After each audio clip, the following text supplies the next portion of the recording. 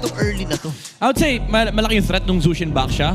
With the potential na mag-reinforce sila ng play dito sa XP with the Arlot, maraming ways for TNC to actually utilize their early game advantage. Medyo mahihirapan lang si Brusco dito, pero there's also ways for him to fight into this kasi meron siyang CC immunity. Yeah, aabangan natin ang lahat ng mga bagay na nabanggit ni Midnight sa pagsisimula ng game number 2. Again, itong threat ni Lancy at ni Chakno gamit itong mga heroes na to, naisip ko nga ang hirap palang labanan talaga nito dahil bukod sa ang bilis ng rotation, at sakit din ng mga pokes, di ba? Saka ano pa, nalilimit pa yung healing capabilities dito ng Onyx. Ay, yun lang, nasarahan.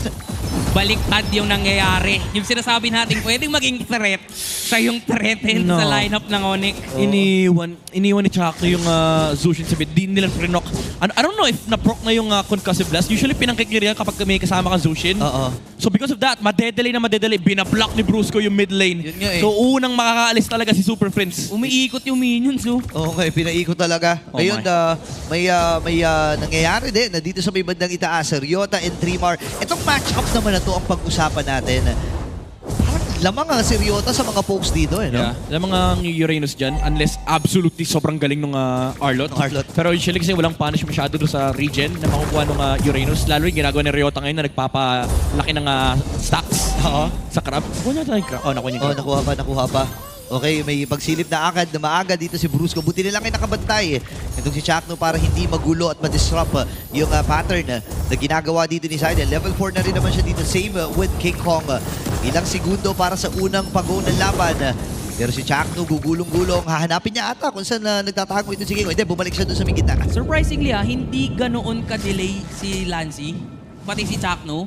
Ano lang unti lang yung difference when it comes to their EXP. Pero sa taas wala lang. Nananakot lang dito ang Onyx. So, flicker lang in the first kay Trimar. Sulit talaga yun sa first turtle. Oo, sulit na sulit yun. Alam mo naman kung gaano ka-importante yung flicker para sa isang Arlot. Sisimulan na ata ni King Kong. Ang gulo ng mga nangyayari. May nangyayari sa taas. Meron din paghawak pero papatay natin si Ryota! Inyo na ihata yung turtle. Basta sa amin yung isang kill. So madali lang para kay King Kong at nabalibaga. Kinabutan sa Shadow pero meron pa sa kabila at bumalik. Ay, bumalik pa! Yun lang, wala na siyang Shadow ngayon. Wala nang Shadow si King Kong at naipit siya doon ng TNC. Ito na yung mga plays na binabakit natin kanina yung papunta sa XP. Di pa sila tapos. Grabe laban pa rin talaga si Brusco yung go. Hoy! Pero napakagandang maximization of the passive. Pero ang goal lang ni Zyda, magnakaw ng mga jungle camps. Na-cancel yung final slash nung Earthen Rampart. Na-redirect lang. Kasi ayun, nagamit. Yeah. Hindi na nakakancel yung final slash. Okay. Na-redirect lang nung Rampart. Yun lang yung medyo masakit sa loob, no? Kapag tinamaan ka ng Earthen Rampart. Kung saan kasi napupunta yung mga skills. Uusog ka no? Oo nga pala, no? Again, makikita natin mamaya kung paano gagamitin niya. Ayan na, may bakbakan uli sa XP lane. Grabe naman, Lancelot. Ginagawang Lancelot. Sa bagay, lot din naman siya, no? Lot eh. Lot eh. Ayan na. Diba? Sa gitna, nakikita natin yung pokes talaga nagagaling kay Super Friends. Even sa Game 1, yun talaga yung nagpapahirap kay Lancy when it comes to their mid lane matchup. Tapos idagdag mo pa yung presence ni Brusco na anytime pwedeng mag-set up against Lancy. Yeah. Ang kailangan lang isipin dito ng TNC, they need to move away from the mid lane first. Ang problema kasi kino-contest nila yung Grok. Gusto nila magamit yung Zushin. And tingnan mo, ang awkward ng control nila sa river kasi usually kapag back siya ka, mag-clear ka ng mid, ro-roll kayo papunta sa isang side lane. Ang nangyayari, unang umaalis yung Onyx from the middle lane. Oo, ang bilis kasi ng clear wave nila and yun naman yung advantage ng isang Kimi. Napakabilis talaga pero si Chakno ata ang ipapunish. Tumama yung stun pero si Saida ay nakantabay din. 13 seconds para sa ikalawang pag-go ng laban na ito. Si King Kong ay nagmamadyak na rin. Nag-aantay ng pagkakataon Uy, pero sumisilip si Trimar. Nagbabadya din ng isang aksyon. Lamang sa pwestuhan ngayon ang TNC. Mauuna sila dito sa Turtle, pero for sure lalaban ang Onyx. There goes the Tectonic Charge. Pero makakalayo lang naman sila. May balibag kay Brusco. Ready to punish ang TNC Pro Team. Meron pang SOD na hindi na kinailangan pang tumama kasi enough na yung damage ng mga miyembrong present sa TNC. Ganda ng punish na ginawa doon. No? Parang hindi rin nata in-expect ni Brusco na kompleto si Ricardo sa TNC doon. Yeah, medyo awkward din yung engage nung Tectonic Charge. Knowing na medyo malayo pa yung damage shield ng Onyx and then back siya din yung tinanunan ni Brusco. May revitalize pa nga, hindi pa ginamit ni Chakno. Uy, sakit. Wait lang, sumilip si King Kong. Same with Ryota. Nandun yung final slash, kaso lang walang kukonek. Trimar! Trimar ang maiipit sa eksena. Napilitan na lamang lumayo ang TNC. What a counter punish mula sa Onyx. At least kahit pa paano, no, mapamatay sunog mula sa Onyx Philippines. Pero may salubungan na naman, Super Prince, kalahati yung buhay niya doon. Pero si Ryota, ito na, sinisip na ng guluhin yung Purple para nga naman magkaroon ng malayang galawan dito si Kera, dito sa ibaba. Yeah. Kailangan nang isipin ng TNC kung ano yung magiging rotation sila moving forward. Now that Onyx has secured the Sky Piercer on the Granger, dito na magsisimula yung mga double, quadruple lane ni Kelra. Sama-sama, teknik na ang gagawin ng Super Family. Uy, biniburst down si Ryota at may Oy! nakasama pang isa. Nagtatago lang naman si King Kong. Nagka-buy one take one eh. So napilitan lumayo yung Super Fam. Kailangan nila ding maging maingat kasi nagiging agresibo din ngayon ang TNC. May reunion. Pero yun yung silang nangyayari dito. Wait, ang hinahabol ni Kelra. Pero sabi ni Super Prince, sasama kami dyan. Nandito na rin si Rotten, si Brusco. Hindi tumama yung ultimate. Ayan na! Uy, lumipat sa kabila! Kaso lang nakaabang yung mga bala ni Kelra. And definitely that is a win for Mid lane? Onyx. Pero yung gitna naman, yun na lang ang trade ng TNC. Pwede pang lumaban dito, pwedeng bumangga. Pero Oh! hindi. Oy! Tectonic Charge, nanakap lang si Trimar. Pero lalaban pa rin ang TNC. Si Brusco ang naging target. Final slash connecting onto 2. Si Super Prince, napilitan na rin siyang gumamit ng kanyang flicker. So definitely that is a win for TNC. Nakikita natin ngayon na Ryota. bumabawi talaga sila. Ryota. Hindi pa tapos yung laban. Si Ryota ay gusto ring isunod ngayon. Yung mga nagpapahirap sa kanila nung Game 1, pinabalikan nila sa Game 2. As much as nakakuha ng Moscow kill dito ang Onyx Philippines, kontrolado ng TNC yung mapa. So they're still gonna be happy with that Chakno following through dito sa turtle attempt ng Onyx. Grabe, pinipigilan niya talaga si King Kong mag-farm. Ito yung kulang sa kanila kanina. Paano pipigilan natin sa shutdown yung roots na ginagawa ng Onyx when it comes to farming. Uy! Naiwasan ng Quad Shadow. Tama ka dun Kailangan mong counterin, kailangan mong guluhin yung Sigma pattern na isa to sa mga win condition talaga ng mga teams na nakakaharap ng Onyx. Yes, and then nakakagulo dito, nababad trip yung Hayabusa doon sa backsha ni Chakno. Pinersonal ni Chakno yung comment pag utility jungle, medyo hindi siya ganun ka-effective. Ngayon, ramdam natin yung epekto nung backsha. Ramdam ni King Kong kasi lahat ng skirmish na ina-attempt ng Onyx Philippines, kita natin yung Hayabusa para nag-iintay ng entry point and medyo awkward pa rin kahit pumasok siya ng naka-shadow kill even with the retribution kasi ihil lang nung backsha yung mga kakampi niya with the revitalize. Yun nga, ilang beses natin nakita yun sa mga skirmishes na ipamalas ng Onyx Philippines. Ngayon, pinakahuli. Ito naman. Matagal-tagal pa naman pero si Chakno. Bad trip, mga kapatid yan. Kumonekta yung Spear of Destruction. Pinag-uusapan pa lang natin. Bad trip na si King Kong. Bad trip talaga yun. Sabi ni Chuck, Kelra, di kita kailangan, meron akong Pene Cutie. Oo, grabe tong gulong. Sabi nga sa isang kanta, pre, gulong ng palad, ang buhay ay gulong ng palad. Tama. Ikot-ikot lang. Walang meaning yon pero tama. Hindi, sa kanila may meaning. May meaning yun, may Oo, meaning yun. kasi kapag gumulong na si Chakno, rock and roll Rock and ang roll. TNC. Laban na yun, Freestyle na talaga Oh, only shot yan, men. Basta may target for TNC, pwedeng talunan ni Chakno. Yun naman talaga yung identity ng Omega nung time na yun nung execration nung time na yun, rakrakan lang talaga. Oo. And ang, Chaos. Chaos. Pero ang TNC ngayon, mas nagiging organized yung kanilang mga galawan.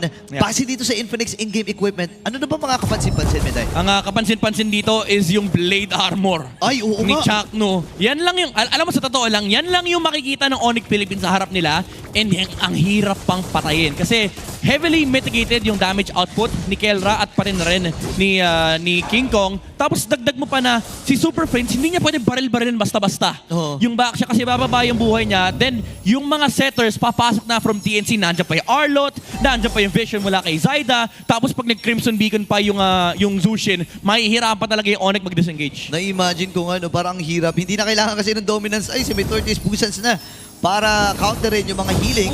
Uy. Si Ryota napagamit kagad ng Consecration. Chakno, pagulong-gulong na naman. Pero ito na yung ginagawa ng TNC, pre. May bagyong namumuo.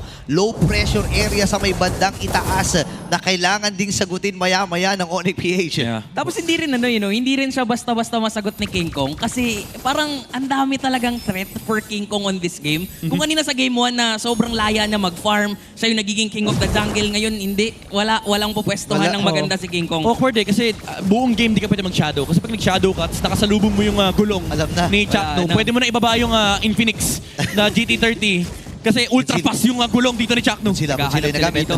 Naghahanap sila ng pwedeng makita si Ryota.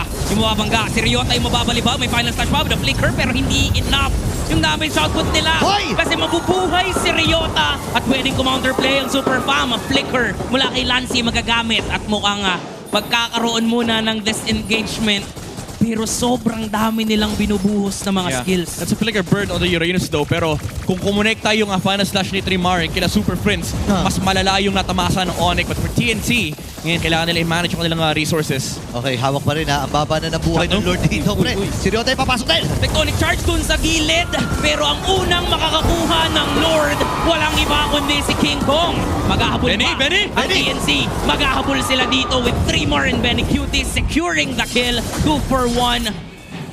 At ganun lang kabilis nakuha ng Onyx yung Lord. Yeah. Pero humanap pa rin ng bawi ang TNC. Kailangan mo i-comment dito si Ryota. Nagpapakamatay na siya para lang banggain yung back siya. Nagkakaroon ng spasyo dito si King Kong. Kahit paano nakakahinga yung Hayabusa. The selfless play mula dito kay Ryota allows Onyx to actually pull off the Lord Steal. Oo, and alam na ni Ryota kung ano magiging role niya dito. And remember, hindi mo pwedeng isakripisyo si Super Prince. Gayon din naman si Kela at si King Kong. Si Brusco naman ay nakaantabay lang doon sa ultimate niya, doon sa setup na mangyayari. Ito, hahabulatan si Chakno ha. Kaya pa nilang i-burst down si Sakit. Chakno.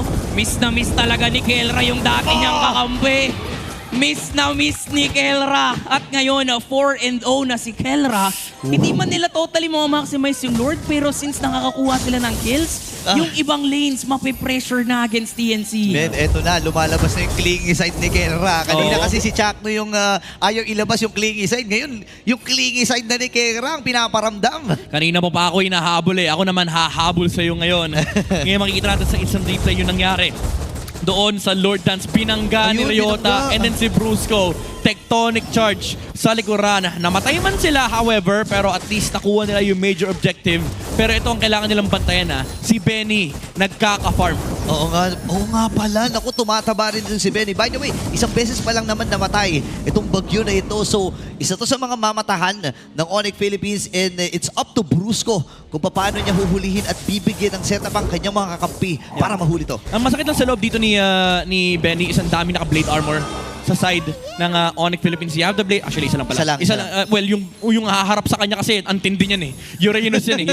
Planeta yung ano niya eh, babanggain niya eh. Oo nga pala. Tapos naka-oracle pa, pre. Parang Naka-oracle. gusto nga niya yun eh. Pag binabaril at sinisibat-sibat siya, parang gusto, pakiramdam niya masahe yan eh. Mag-in-out lang yan si Yura, si Ryota. Oo, tsaka banding pa si banding pa si Ryota tsaka si Brusco. Hati sila. Akin yung blade armor, sa'yo yung dominance ice. Oo. 330 Di ba, na isipin na mo to. yun, uy, ang laki na pala din ng stock dito na 500 something na para dito kay Kelra. And yung stock ng Piercer niya, 830. Alam naman natin na sobrang importante para sa isang Granger ang Sky Piercer. Yep.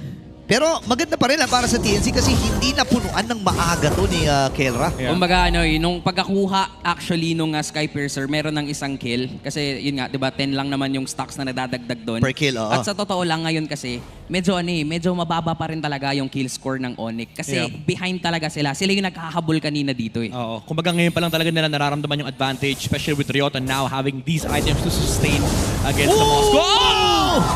Final slash sa dalawa at dalawa din ang makukuha ng TNC.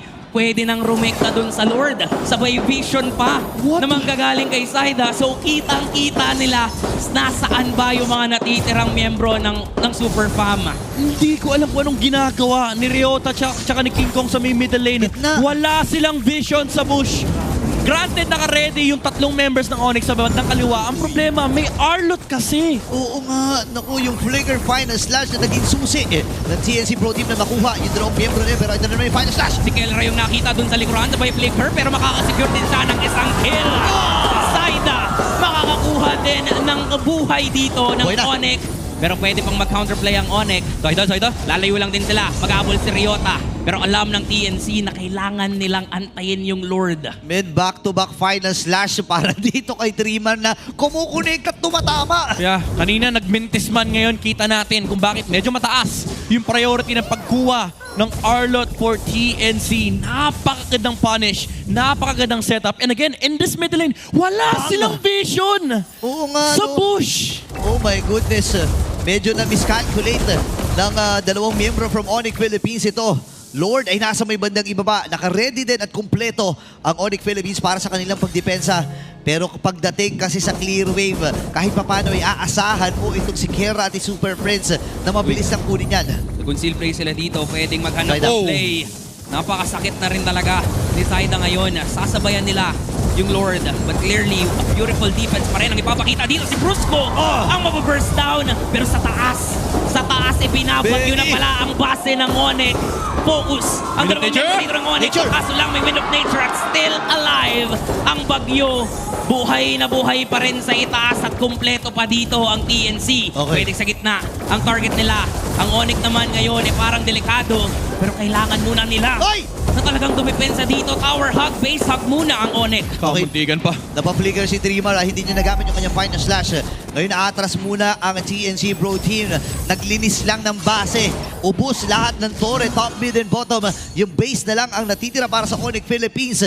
Napaganda ng posisyon ngayon ng Phoenix Army. Grabe yung warning shot ni Timar. Flicker lang. Flicker lang, flicker lang. Walang final slash. Wala siyang inabot. Kumbaga gusto lang nila malinis yung base ng Onyx Philippines. And ngayon lumalaki yung problema ng Onyx kasi ang taba na ng Moskov. Lock Aray. item for Benny Cutie. Even yung Hayabusa, hindi siya kayang i-shutdown. Now, waiting for the Lord. In this next upcoming fight, naka-online yung Wind of Nature. Mag-off cooldown yan. So kailangan ng intindihin ng Onyx Philippines paano nila sasagutan yung slow push ng isang Moskov. Men, hawak na rin ni Zaida. Meron na rin siyang Winter Crown dito. So kailangan mabasa at makita dito ng Onyx Philippines yung mga posibilidad na pwedeng may outplay na hinahanda itong si Zaida. Ngayon, 15 seconds para dun sa Lord. Pumipwesto na din ang TNC. Okay, sinisimulan nila yung slow push sa itaas. May isang minion wave doon. Pwedeng hindi pansinin to ng TNC. Pwede silang mag-force ng laban sa Lord area kasi nakapush pa naman lahat ng waves. Oo, lamang pa rin sila dito when it comes to waves dun sa baba. And even yung positioning, tapos yung vision pa. Si Zaida kasi yung hindi natin totally nabibigyan ng credits dito sa laban na to. So, Yoyoy! yung vision niya! Wow! Blind tectonic Oh my charge goodness. dun sa damo. Ang kaso lang, pwede silang i-counterplay. Si Chaknu, lilikod yata, pero focus na lang siguro sa Lord. Men. Ang TNC ngayon. Grabe yung decision dito ni Brusco na mag-tectonic charge. Buti na lang. Para slash! Okay. Si Brusco yung first down ngayon ng TNC. Bibitawan yung Lord. Focus muna sa Super Fam. Chakno dito nangangalahati, nangangalit Benny! naman yung buhay niya. Si King kung si Silip. Napilitan gumamit ng Nature. Wind of Nature si Benny Cutie. So pwede pa ring lumaban dito ang Super Fam. Pero minamadali ni Zaida. At tila ba that is going to be a free Lord. Sabay rekta ulit sa laban. Si Dreamer nahaharap pero nararamdaman nila yung SOD! laban to. Kumonekta yung SOD. Sabay lipat ni Benny at ni Lancy. May Winter Crown. So talaga nga namang mabubuhay pa rin ang mga miyembro ng TNC. Nahabol pa rin with a flicker. May Wind of Nature si Kelra. Pero hindi enough yan para mabuhay. At sasagot ngayon ang Phoenix Army. Hindi pwedeng walang game number 3. Patuloy sa paglipad